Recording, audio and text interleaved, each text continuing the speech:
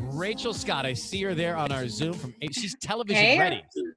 Television ready. She's ready to Stop broadcast. TV. It's good to see all of you. I grew up in Los Angeles, in Diamond Bar actually, and went to USC. So I grew up listening to all of you. Oh my So gosh, it's, that is it's so nice. that is so cool because I feel like we're the same generation, but now I'm realizing we are not. So Rachel Scott, ABC News, went to Diamond Bar, grew up here, USC. Now are you coming to us from Washington now or the Washington area? Yeah, I'm Washington, D.C. in the nation's capital. I'm just so curious. You know, I actually saw something you posted.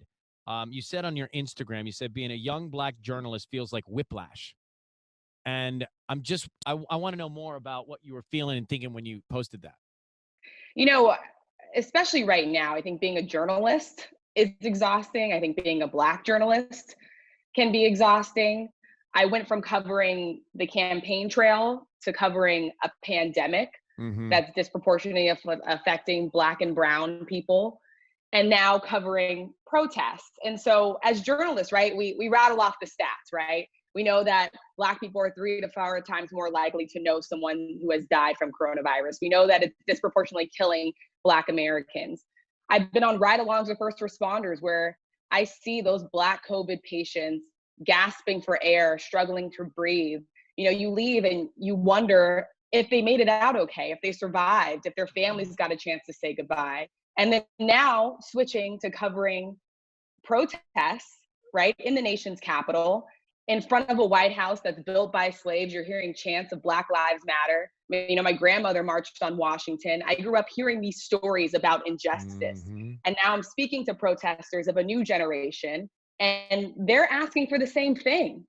And so it's tough. It's really hard, and the stories resonate with you, especially as a Black American, you know. And I have experienced injustice in my life. I've experienced racism.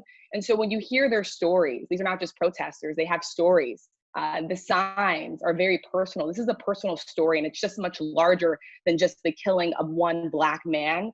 Unfortunately, it's about the racial injustice that exists in America, and that's why these people want to change it.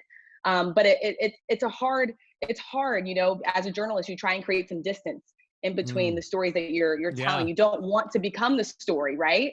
But you can't help but have their stories resonate with you, especially at the end of the day. I always wondered, and I've seen your reporting, and I could never be a journalist, period, because I'm not good at that. And secondly, you know, it's hard for me not to be the story, but it's hard for me not to say sometimes what's on my mind. And I think, you know, you are reporting this story, yet I know that you feel something viscerally, I'm sure, when you're there.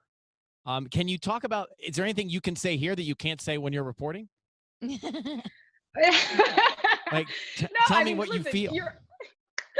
You know, I will say, right, as being a Black American, you grow up, and my dad's actually LAPD. And so I have a tremendous respect for our law enforcement officers who are out there doing their jobs, that in many ways, especially the diverse officers, want to be the change in the system.